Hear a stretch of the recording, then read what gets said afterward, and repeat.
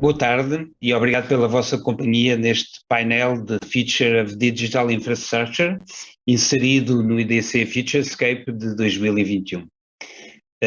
O meu nome é o Pedro Borralho, eu sou Associate Partner da IDC Consulting e sou ainda Partner da Assertive Consulting e tenho comigo para nos fazer companhia, para nos acompanhar neste painel, o Bruno Trigo. O Bruno é diretor de sistemas de informação da SPMS. A SPMS são os serviços partilhados do Ministério da Saúde. Tenho ainda o Luís Gomes, Head of IT Infrastructure da Galp, e o Nuno Miller, que é Head of Digital e IT da Sonai Fashion. O tema deste painel é o Digital Infrastructure. Todos os negócios, das mais variadas dimensões e dos mais variados setores, estão atualmente sob uma enorme pressão da transformação digital. É, portanto, natural que estas atenções estejam focadas na forma como as infraestruturas de IT suportam esta transformação. Afinal de contas, o digital precisa de uma infraestrutura, apesar de tudo. Esta infraestrutura digital ainda assim é um meio para um fim. Ela tem de ser absolutamente transversal, pois é ela que permite que a organização, numa lógica de ponto a ponto, possa operar de forma digital. Quais destas transformações vieram para ficar? Vamos ter aqui uma antecipação de um conjunto de transformações que decorrem de um estudo da IDC. Este estudo é essencialmente um Futurescape. Este Futurescape aponta 10 previsões, as 10 principais previsões para a Digital Infrastructure. Estas previsões abrangem um período temporal de praticamente 6 anos, desde 2021 até 2026. Cada uma destas previsões tem diferentes custos, complexidades, ou seja, a sua dificuldade de implementação cresce aqui no eixo vertical e espraia-se ao longo deste tempo. Eu selecionei em particular duas previsões, enfim, porque me pareceu que poderiam ser mais adequadas para lançar o tema de discussão neste painel. E começo pela previsão número 1.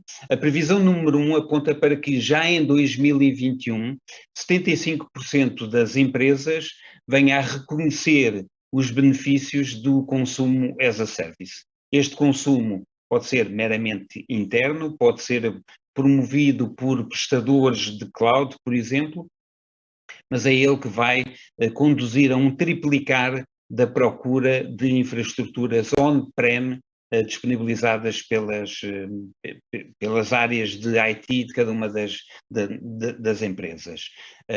Portanto, esta previsão assenta sobretudo nos benefícios do modelo as a service. Escolhi ainda a previsão número 8, que diz que 65% das empresas, das organizações, irão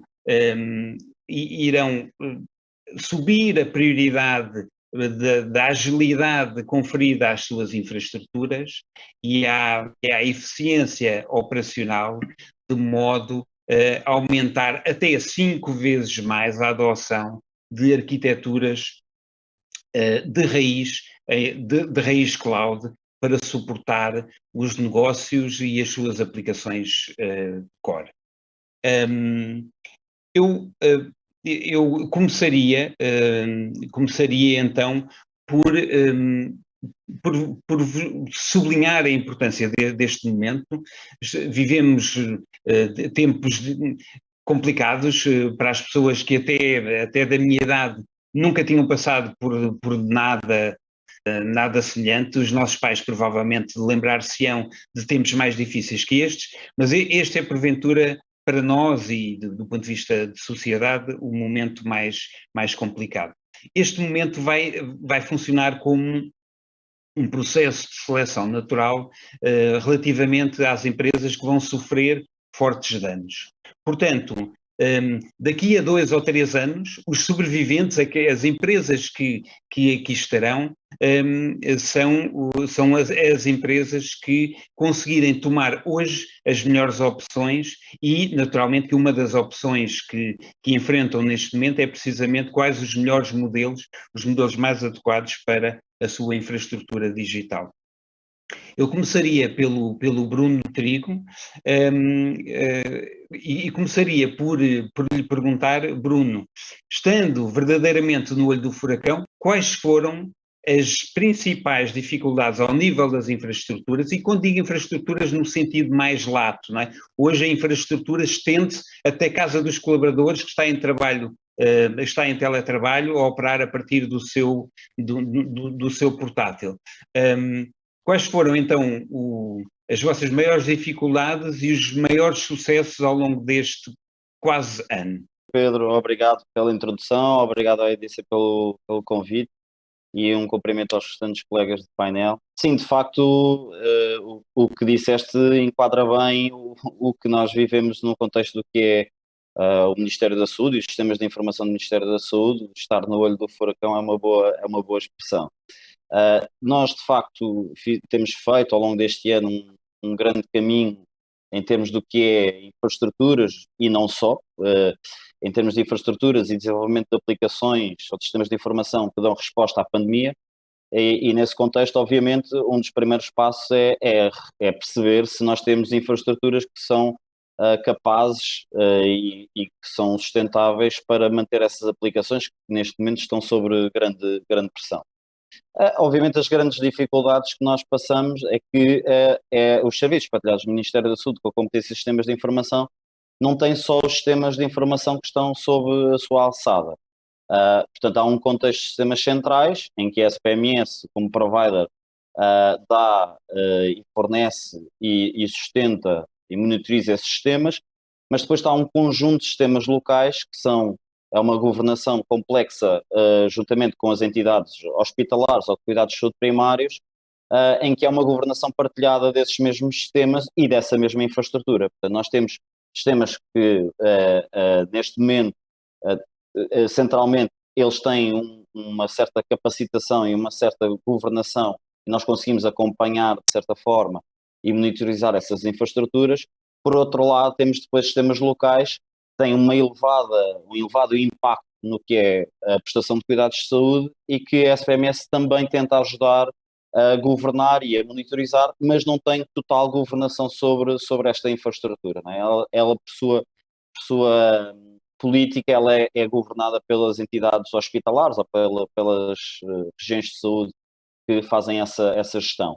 Portanto, temos uma grande panóplia, ou tínhamos e temos uma grande panóplia de tecnologias, uma governação complexa à volta do que é os sistemas e a infraestrutura que dá resposta a esses sistemas, e depois temos também algumas dificuldades, como é óbvio e devem compreender, quando temos sistemas locais no que é a modernização desses sistemas. Portanto, quando tentamos introduzir algumas melhorias nesses mesmos sistemas, temos tido algumas dificuldades porque, obviamente, não queremos causar impacto no que é a prestação de cuidados de saúde. No entanto, nós temos, e passando à parte do que o que são algumas vitórias que fomos tendo, nós desenvolvemos, como será do conhecimento de alguns, dois grandes sistemas que tiveram no olho do furacão da pandemia. Portanto, um deles foi o Trace Covid. Portanto, o Trace Covid neste momento é o sistema que permite aos médicos de família, aos médicos de saúde pública, monitorizarem, acompanharem, fazerem as vigilâncias sobre os utentes que têm Covid, sobre os infectados, e fazer as cadeias de transmissão. Portanto, isso foi uma grande vitória. É um sistema central, tem um acompanhamento da nossa equipa de infraestruturas muito forte, obviamente, novamente reforçando isto, os sistemas de saúde neste momento não podem parar em nenhum momento, e portanto foi uma grande vitória, não só em termos de negócio, mas obviamente também nesta questão de infraestrutura, de redundância, de backups, de monitorização e perceber quando é que o sistema está mais lento, quando está mais rápido. Portanto, temos uma grande capacidade sobre isso.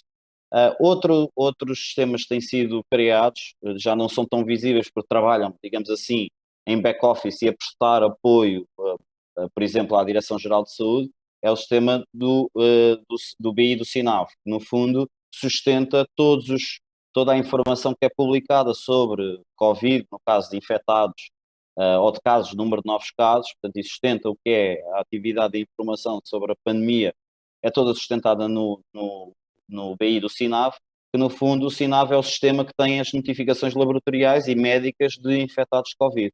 E, portanto, foi construído um sistema de Business Intelligence que todos os dias processa a informação várias vezes ao dia e disponibiliza essa informação à Direção-Geral de Saúde e a outros stakeholders para tomada de decisão. Esse sistema também foi pensado já todo ele de uma outra maneira, de uma forma muito mais resiliente e com componentes bem separados uns dos outros, para que se um deles falhasse, todos os outros continuassem a operação, e para além disso, com um sistema de alarmística associado que nos permite perceber rapidamente se o sistema está parado ou tivemos algum problema no processamento, porque esta informação tem de ser disponibilizada, como devem compreender, todos os dias, várias vezes por dia, para os stakeholders importantes que tomam as decisões sobre estas matérias. Não é? Portanto, nós temos aqui alguns exemplos que fomos trabalhando. Obviamente, tudo isto já em arquiteturas muito diferentes dos sistemas legacy, que muitos deles continuam em operação por dificuldades de implementação, mas nestes novos sistemas nós já pensamos, ou seja, do servidor ao posto de trabalho, né? Do servidor ao utilizador, já todo ele é pensado de outra forma em termos de redundância e backups, etc., e de infraestrutura e de monitorização que nos permite, de certa forma, reagir rapidamente e adaptar rapidamente as nossas capacidades. Bruno, o Bruno focou e bem, naturalmente, dois projetos que eu imagino que tenham nascido de propósito para todo este momento. Ainda assim, poderíamos falar, eu penso que a seguir, na segunda ronda, provavelmente teremos essa oportunidade, de falar de outros sistemas que vocês já tinham desenvolvido e que vos foram super úteis. Não é propriamente um mero sistema, mas toda a operação do SNS 24, por exemplo, neste momento é uma peça perfeitamente vital destas operações.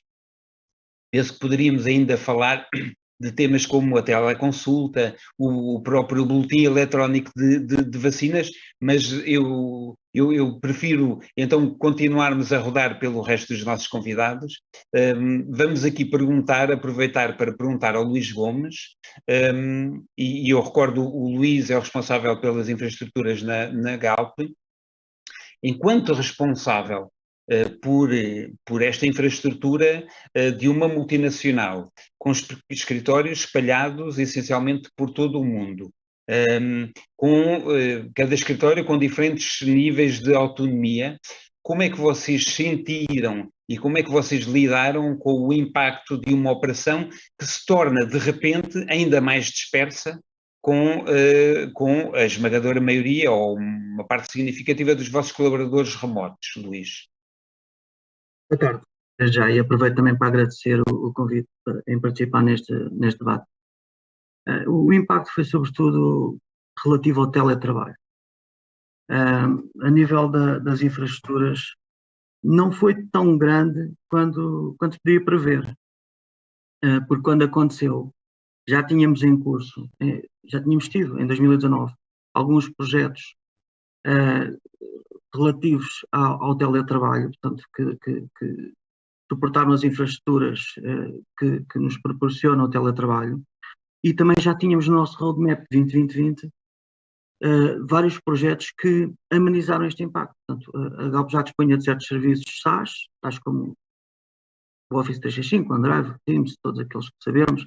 Há outras soluções como estas, referi-me a estas apenas porque já as tínhamos. Portanto, sabemos que estas empresas que prestam este tipo de serviço e que adiantaram-se neste tipo de necessidade, em que o teletrabalho é o futuro, e o avanço tecnológico deste serviço ajudou a Galp a adaptar-se mais facilmente e a enfrentar esta situação. Na verdade, o impacto foi sobretudo em reforçar os nossos circuitos de comunicações, conferir mais resiliência naquelas infraestruturas que mereciam ser ajustadas.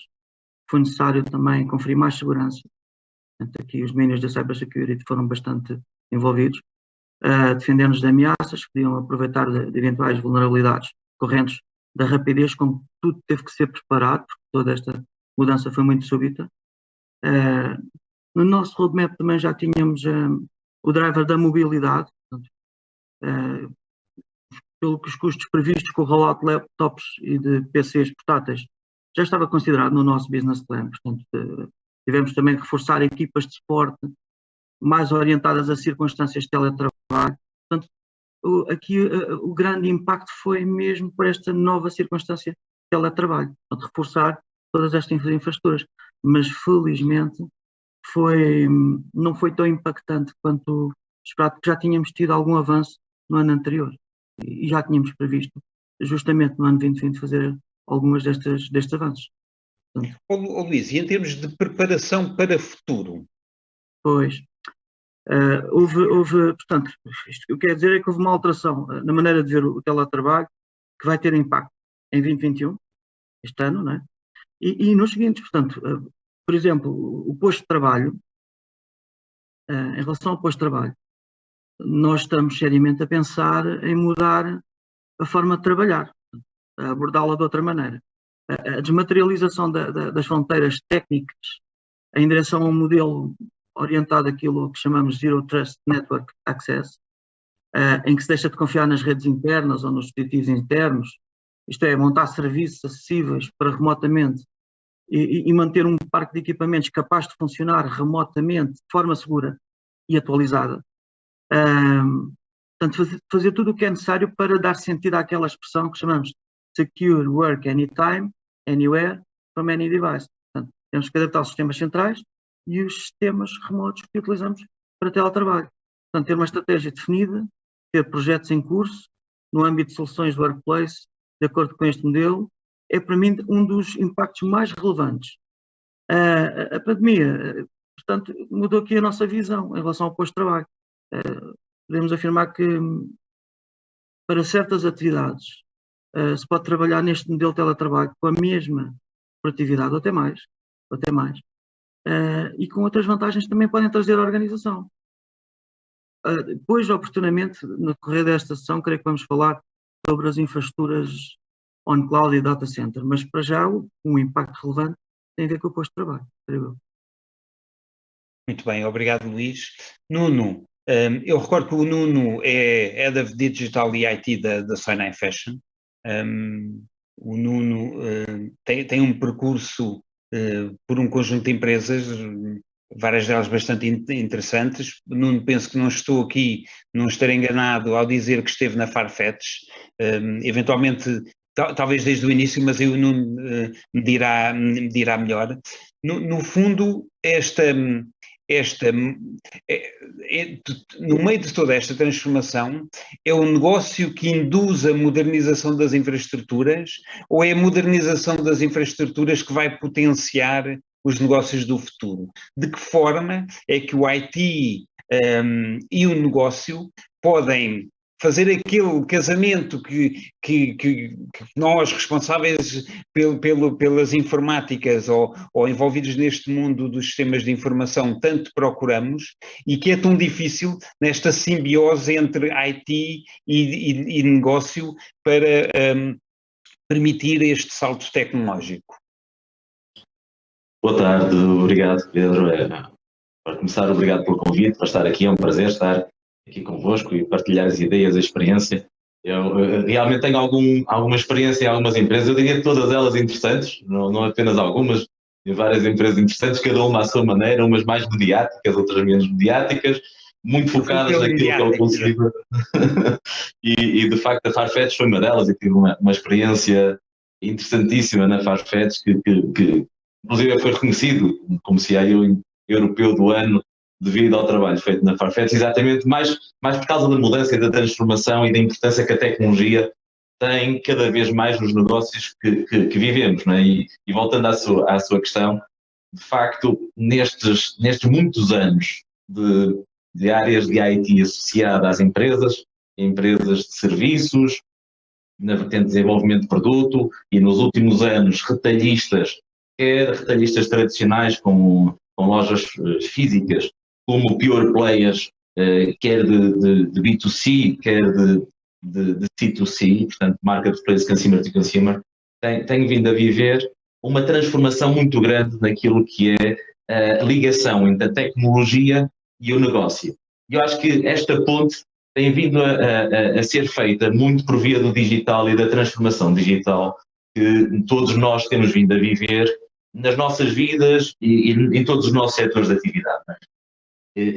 Portanto, se eu voltar há alguns anos, por exemplo, quando estava na Organtex, que foi uma das empresas interessantes que trabalhei há uns anos, já há quase 20 anos, na Organtex, a Organtex estava basicamente ligada na cadeia de valor a fornecer peças do vestuário, sobretudo camisolas de futebol e equipamentos de futebol, desde a seleção nacional, a seleção do Brasil, a seleção alemã, espanhola, uma série de seleções, a equipamentos também de clubes, desde o Porto, ao Benfica e ao Sporting, portanto, ia Bayern Munique e Real Madrid, portanto, estava nesta área de fornecimento de camisolas técnicas às grandes marcas de vestuário, a Nike, a Adidas e nessa altura o IT era muito importante para fazer a integração da cadeia de valor.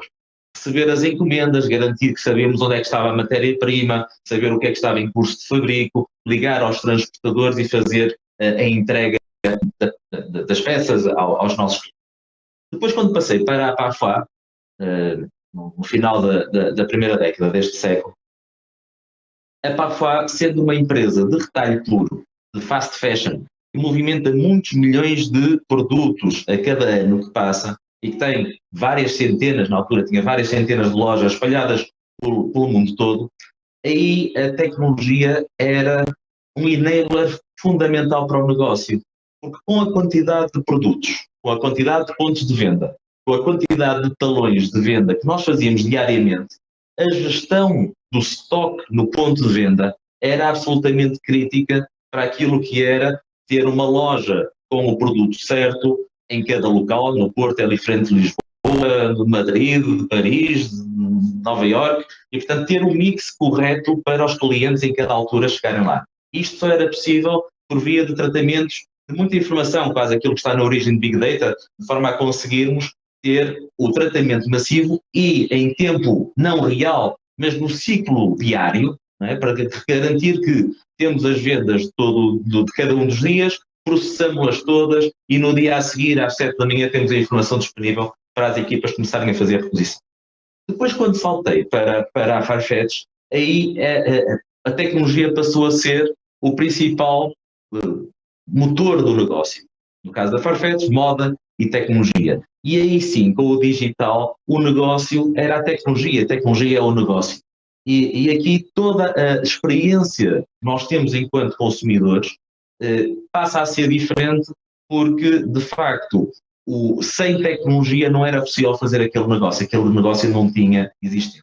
E como nós temos vindo a viver nos últimos anos, esta transformação provocada pelo digital tem vindo a ter impacto em todos os setores. Se calhar começou com exemplos de e-commerce como uma Amazon, mas depois com a parte da marcação das viagens, com os bookings e last minutes e coisas assim, e depois tem vindo a passar para a parte de transportes, com os Ubers, tem vindo a passar para a área automóvel, com os carros cada vez mais digitais e mais eletrónicos, e cada vez mais para as últimas áreas, como estávamos a falar, a área da saúde e todas as áreas associadas. E, portanto, realmente o digital tem vindo a fazer esta ponte. Aqui, concretamente, na Sonai e durante esta altura da pandemia, o que é que nos aconteceu? Nós tivemos um bocadinho de dois casos.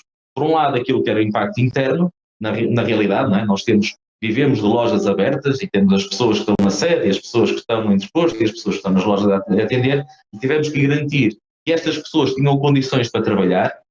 Aqui tivemos pressões mais, por exemplo, alguns designers que têm equipamentos grandes de secretária e que não os tinham em casa, e para trabalhar a partir de casa tivemos que fazer este apoio naquilo que era a mudança dos equipamentos.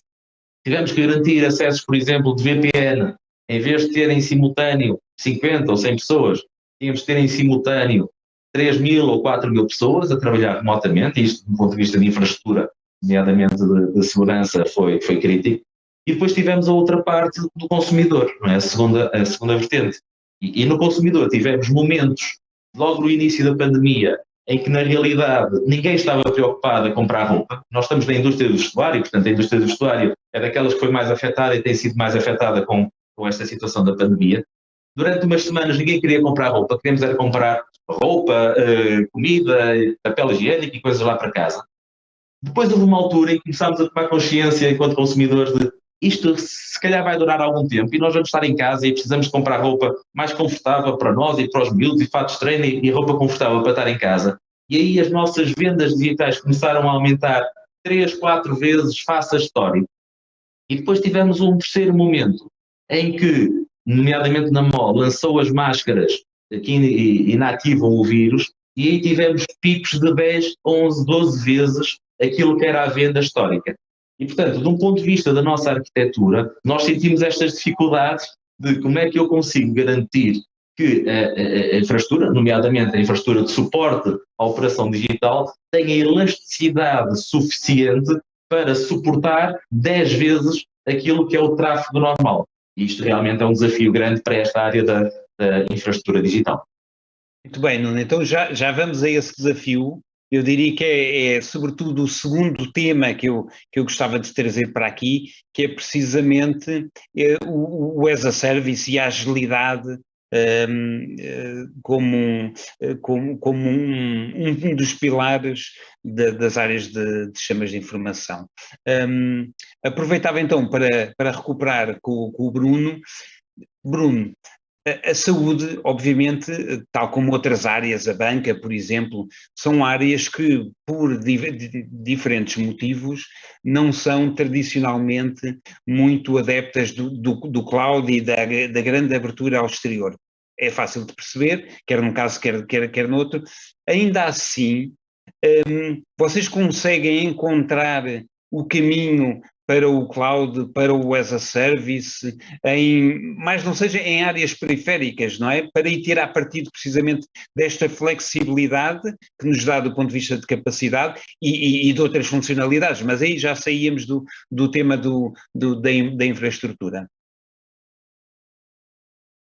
Sim, Pedro, introduziste bem.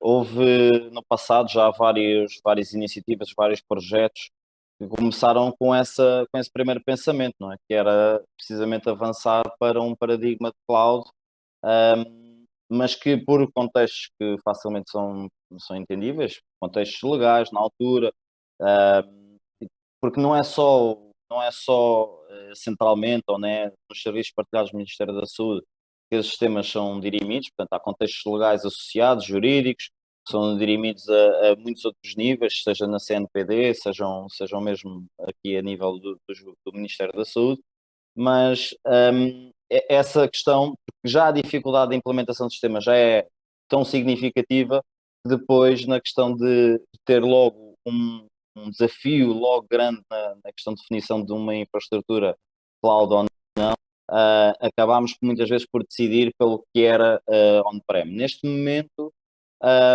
nós estamos num paradigma ligeiramente diferente, as coisas vão mudando, os tempos vão mudando, a percepção de todo o ecossistema também já é um pouco diferente, e nós agora estamos, de certa forma, a avançar para um modelo misto, não é? O que será a consolidação das nossas infraestruturas, tanto on-prem, portanto, para dados que são, digamos, de saúde, mas que são muito mais individuais, pessoais, e, portanto, existe aqui um maior contexto legal e jurídico que é preciso ter, e depois outras situações mais do nível de cloud, em que nós vamos tentar alavancar alguns sistemas no futuro neste contexto.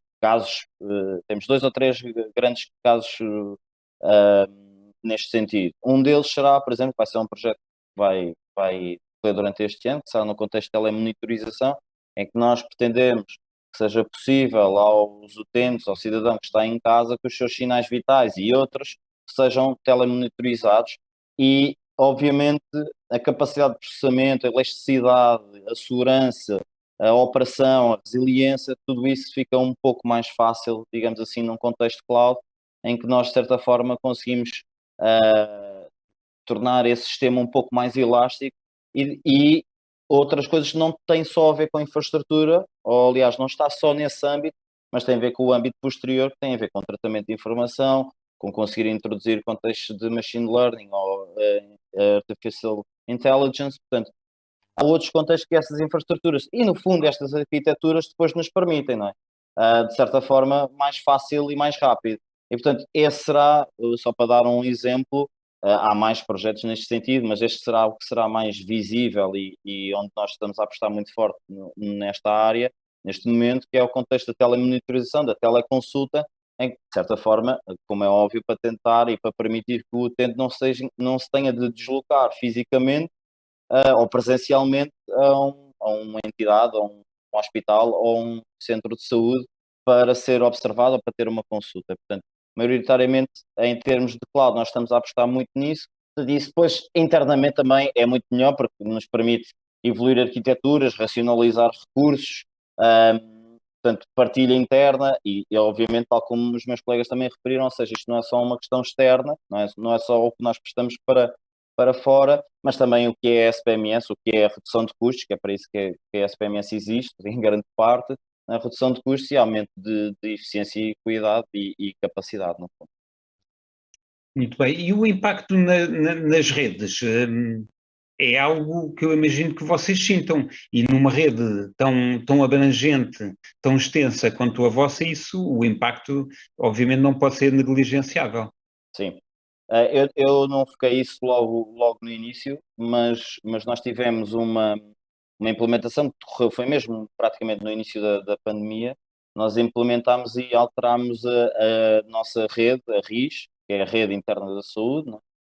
E renovámos toda essa logística de rede. Portanto, nós neste momento temos a nossa rede interna completamente renovada e está implementada em território nacional e, portanto, isso foi uma das primeiras, curiosamente aconteceu, ou seja, tal como o meu colega o Luís já estava a indicar, há planos que vêm por bem, ou seja, eles já existia esse plano e ele calhou no momento certo, ou seja, no momento certo nós estávamos prestes a entrar com a nova RIS e, portanto, ela de facto foi implementada no decorrer ou no início mesmo da pandemia, mas já estava em plano, portanto, já estava em plano, como deve compreender. Isto são aquisições de milhões de euros e, portanto, não se faz isso de um momento para o outro.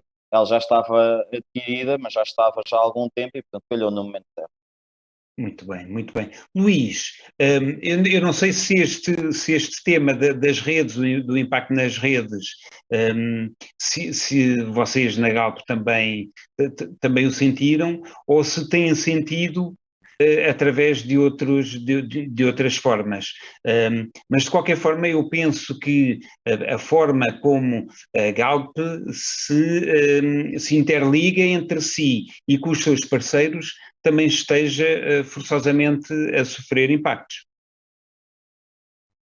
Sim, sim. Eu acabei por não entrar naquilo que era o roadmap de projetos, mas efetivamente, quando disse reforçar comunicações, referia-me a isso. Nós terminámos um projeto, ou estávamos em vias de finalizar um projeto durante o 2020, mas que estava muito avançado, que chamamos RMS, que é a Rede Multisserviços, no fundo, é uma renovação completa de todo o ambiente de comunicações para as infraestruturas internas. Mas também tínhamos avançado com outro projeto, bastante divulgado até, que era uma SD-WAN, para integrar com as nossas postos, com as nossas estações de serviços, com o nosso negócio. Portanto, estava os vossos parceiros, certo? E com os nossos parceiros, justamente, porque por isso é que calhou vir numa altura, e sinceramente, em termos de capacitação de comunicações, não sentimos grande impacto, mas tivemos de nos esforçar bem, larguras de banda, resiliência, alta disponibilidade, tudo aquilo que faz parte deste tema da infraestrutura. Mas no que diz respeito a essa integração com parceiros e com o negócio, efetivamente não estávamos ainda, não é que já tínhamos uma rede devidamente habilitada, mas coincidiu com o desenvolvimento de um projeto de SD-WAN justamente durante, portanto, iniciámos alguns em janeiro de 2020 e terminámos em outubro de 2020. Isto foi um tempo recorde para implementar uma rede SD-WAN, portanto, tecnologia SDN, com cerca de 1.300 estações de serviço. Portanto, foi um desafio brutal, porque não poderíamos impactar o negócio, teríamos que introduzir esta tecnologia que confere muita segurança aos sistemas, confere muita resiliência, e houve ali aquele meio termo, a meio da pandemia, em que estávamos numa versão híbrida de networking, portanto, uma infraestrutura de comunicações ainda no modelo clássico, das MPLS, e uma outra infraestrutura de comunicações no modelo da SD-WAN, portanto, em que já está de acordo com aquilo que é em direção ao futuro, portanto, em direção a infraestruturas devidamente habilitadas para abraçar depois projetos as a service. Portanto, foi mais nesse sentido. Luís, este projeto SD-WAN, ele foi sobretudo motivado porque vocês sentiam necessidade de modernizar a rede, ou ele tem pressões do negócio para implementar soluções que precisavam desta modernização? Diria que resulta dessa última, portanto, resultou dessa necessidade do negócio em ter soluções no posto, na estação de serviço, mais flexíveis, capazes de oferecer mais oportunidades de negócio. Mas tinha o outro lado muito vantajoso, que tem muito a ver com a cibersegurança, com a segurança, com a alta disponibilidade, com a resiliência. Enfim, está muito relacionado, mas obviamente que o lado mais visível dessa renovação foi muito orientado ao negócio, sim. Creio que foi o que norteou a decisão para este projeto. E neste caso veio bem a calhar, não é? Veio bem a calhar, exatamente. Exatamente. E já beneficiámos bastante a meio da pandemia, sem dúvida. Claro. Porque não estava pronto no início, efetivamente. Aliás, se não fosse a pandemia, vocês provavelmente não teriam cumprido este prazo. Atrevo-me a dizer que aqui provavelmente a pandemia foi vossa aliada. Entendo a provocação, mas sim, na nossa ambição estava sempre cumprir este prazo, sinceramente. Mas quando apanhamos, repara, a decisão é antes de janeiro e os prazos eram os mesmos. E surge uma pandemia bastante conhecida em março, portanto já estava tudo decidido. O que nós não acreditávamos é que num ambiente, nesta circunstância de pandemia, com toda a problemática que tem, conseguir cumprir esse prazo. Isso é que foi o maior desafio. Sim, mas sinceramente tínhamos dificuldade em acreditar, mas isto é querer o céu e chegar à Copa das Árvores. Portanto, é isso mesmo. Mas chegámos lá, conseguimos. Exato, parabéns. Nuno, aqui para uma última questão. Enquanto especialista de back-ends tecnológicos que agilizam e que permitem operações de organização que não seriam possíveis de outra forma, e habituado a crescimentos exponenciais ao nível do negócio, que obviamente depois se refletem em pressão para a infraestrutura, qual é o segredo para, enfim, se é que é permitido dar aqui uma pontinha do véu de um crescimento que seja, por um lado, sustentado, mas por outro, que seja capaz de crescer a vários fatores de multiplicação ano após ano? É uma excelente questão. O que se tem vivido cada vez mais, e a minha experiência vai nesse sentido, é que se torna cada vez mais difícil prever o futuro. Porque os grandes ciclos de planeamento estratégico que nós fazíamos há alguns anos, rapidamente se mostram desatualizados com a evolução do mercado, com novas forças, com novos players, que se calhar na altura iam aparecendo e demoravam anos até tomar uma dimensão global e até chegar à nossa porta. E que neste momento, como nós todos vivemos, há players que muito rapidamente ganham uma dimensão mundial. O caso do Elon Musk e da Tesla é um dos casos, não é? Muito rapidamente se tornou o homem mais rico do mundo por uma aposta em áreas de inovação, do espaço e do automóvel e da energia de uma forma geral que vem realmente quebrar as barreiras da forma que nós estamos a fazer. E eu creio que isto é o maior ensinamento que nós neste momento temos. É difícil saber o que é que vai ser a realidade daqui a 2, 3 anos. O que nós podemos ter todos a certeza é que vai ser diferente daquilo que é hoje. E se vai ser diferente, e este ano de pandemia, acho que foi um excelente caso para nós todos, nós tivemos todos nós, não é? Em qualquer uma destas áreas, que nos adaptar a uma velocidade que nunca tinha acontecido antes. Se nós tivermos metodologias tradicionais, se nós tivermos arquiteturas tradicionais, se nós tivermos uma dificuldade em alargar a capacidade e a flexibilidade das nossas soluções, é impossível darmos resposta a estes desafios. Portanto, no nosso caso, nós tínhamos soluções, por exemplo, de e-commerce totalmente SaaS e, como eu estava a dizer, com picos de 10 vezes, conseguimos dar a resposta sem pestanejar, sem nenhum tipo de problema.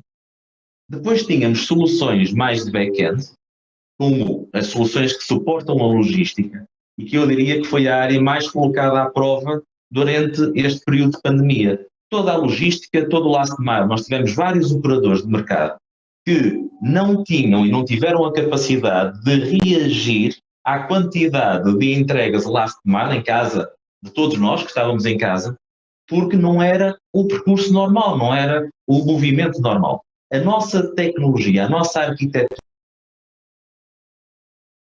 na Sonai Fashion estamos há 2 anos e meio, tivemos em 2018, a imaginar aquilo que devia ser a arquitetura digital para suportar os nossos negócios. Quer em via desta transformação de negócio, quer em via de próprias razões internas de aquisições e de fusões dentro de várias empresas. Desenhámos aquilo que era a nossa arquitetura no futuro, suportada em cloud. E temos vindo a desenvolver e implementar peças ao longo destes anos para dar resposta a esta arquitetura. E, de facto, temos soluções. Estamos neste momento, esta semana, a semana passada, a arrancar um novo ERP. É um ERP que não foi desenhado para cloud, mas que está totalmente alojado em hyperscaling e que já nos deu mostras de que, se quisermos aumentar a capacidade da peça de integração ou aumentar a própria capacidade da base de dados ou do front-end, com muita facilidade nós conseguimos alargar a capacidade do servidor ou reduzir a capacidade do servidor. E é este caminho que nós estamos a andar, no caminho de cloud, naturalmente ligando peças na cloud com peças internas e de orquestração passo a passo para conseguir automatizar estes movimentos, porque nomeadamente ao nível de releases de código, de peças de integração e de várias peças que são feitas à medida, esta agilidade, esta rapidez para colocar fixes, colocar novas releases testadas e com nível de garantias de segurança é cada vez mais importante. E é exatamente esse o caminho que nós temos vindo a fazer. Eu acho que é a chave em qualquer negócio para conseguir dar resposta a alguma coisa que nós não sabemos o que é, mas sabemos que vai ser diferente daquilo que é hoje em dia. Muito bem, obrigado. Obrigado, Nuno. Permitam-me fazer aqui, só para terminar, eu penso que estamos em cima da hora. Eu concluo desta partilha de experiências, destes casos que vocês aqui trouxeram, que o desafio neste momento passa por conseguirmos identificar a infraestrutura certa para as cargas, as workloads certas. E isto faz-se eu há pouco chamava-lhe casamento, embora ele seja sempre um casamento difícil entre o negócio e o IT. Perceber, tentar. Ninguém adivinha onde vamos estar daqui a 2 anos, mas seguramente só lá chegaremos com sucesso, criando flexibilidade, inovando e tendo a capacidade de fazer isto num ciclo de vida permanente e de renovação. Levantam-se, como sublinharam, as questões da cibersegurança, mais do que nunca. As empresas já tinham dificuldade em definir as suas fronteiras e neste momento então isso está completamente posto em causa. E ao mesmo tempo eu acredito que isto nos sensibiliza também para a cloud. Na verdade, afinal, se o meu colaborador está fora, porque é que os meus sistemas de informação, ou parte deles, não podem estar também lá fora? E provavelmente desta sensibilização será gerado um ritmo um ritmo mais acelerado de adoção destes modelos do as a service, etc. Falamos ainda dos impactos a nível do teletrabalho, do termos deslocado os nossos trabalhadores e ter de lhes dar rapidamente um meio de comunicação e de contacto para que possam trabalhar, tipicamente um portátil, mas sei de organizações que pegaram nos seus PCs e mandaram-nos para casa, que arrancaram a cabelagem fixa que tinham nos seus escritórios para fazer chicotes para os utilizadores em sua casa poderem ligar-se às suas redes e portanto foi necessário reagir rapidamente e esse é obviamente a chave de sucesso, é agilidade, diria eu. Eu agradeço-vos a todos, espero que quem nos está a ver tenha dado por bem empregue este tempo, por mim foi muito interessante. Muito obrigado e uma boa tarde. Hoje vamos discutir com mais de 2.000 inscritos o tema do Digital Infrastructure. As tecnologias, as infraestruturas foram fundamentais para suportar aquilo que foi a resiliência, a capacidade de resposta das organizações para os desafios que assistimos todos nos últimos tempos. Digital transformation was a sort of a nice to do for everyone before COVID, but now it has mandated really, it's becoming a mandate really, an existential mandate if you want. Uma viagem para conhecer um mundo verdadeiramente inteligente. Imaginem o que é podermos ter o nosso telemóvel do tamanho de um auricular. Imaginem o que é uma agricultura inteligente. Imaginem, por exemplo, o que é uma gestão de tráfego através de drone. Construir uma fundação inteligente para um mundo inteligente e criar uma era inteligente em conjunto com os seus clientes e com os seus parceiros de negócio. Our mission is to accelerate every organisation's ability to digitally transform and reimagine their business through data-powered innovation. Cada líder tem que ser um líder digital e tem que equipar o seu negócio para responder às oportunidades e aos desafios. A maioria dos cloud providers, portanto, procuraram a nossa infraestrutura como ponto de servir todas as entidades, empresas, partners, como um local preferido de interligação. Entregar valor aos clientes através da transformação da tecnologia em processos de negócio. O amanhã é hoje e nós temos que nos focar simplesmente em como agilizar, em como flexibilizar e em como escalar todas as nossas organizações que cada vez são mais digitais e cada vez têm o seu negócio à volta do digital. Cada vez mais trabalhamos dados, queremos captar mais dados, queremos ser mais ágeis a obter informação e insights sobre os mesmos dados. Cada vez é mais interessante que, além de mais dados, mais agilidade, seja mais simples retirar essa informação. O 5G vem exatamente capacitar esta hiperconectividade em tempo real, com aumento da capacidade de resposta, com maior velocidade, maior cobertura e maior disponibilidade, dando assim uma visão global sobre os devices de informação e informação em tempo real. Esta infraestrutura digital, ainda assim, é um meio para um fim. Ela tem de ser absolutamente transversal, pois é ela que permite que a organização, numa lógica de ponto a ponto, possa operar de forma digital. Os serviços partilhados do Ministério da Saúde com a competência de sistemas de informação não tem só os sistemas de informação que estão sob a sua alçada. Obviamente não queremos causar impacto no que é a prestação de cuidados de saúde. O Trace Covid neste momento é o sistema que permite aos médicos de família, aos médicos de saúde pública, monitorizarem, acompanharem, fazerem as vigilâncias, que no fundo o SINAV é o sistema que tem as notificações laboratoriais e médicas de infectados de Covid. O impacto foi sobretudo em reforçar os nossos circuitos de comunicações, conferir mais resiliência naquelas infraestruturas que mereciam ser ajustadas. Foi necessário também conferir mais segurança. Como é que eu consigo garantir que a infraestrutura, nomeadamente a infraestrutura de suporte à operação digital, tenha elasticidade suficiente para suportar 10 vezes aquilo que é o tráfego normal? Foi necessário reagir rapidamente e esse é obviamente a chave de sucesso, é agilidade.